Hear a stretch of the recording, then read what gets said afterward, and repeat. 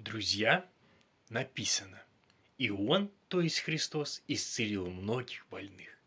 Да сбудется реченное через пророку Исаию, который говорит: Он понес на себе наши немощи и болезни».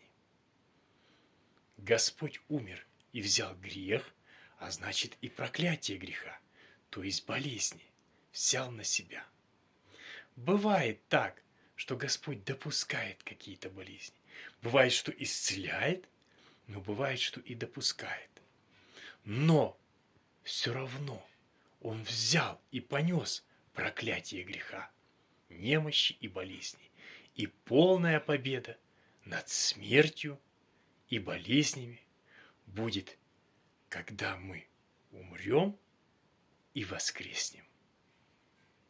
Друзья мои дорогие, это не сказка, это будет.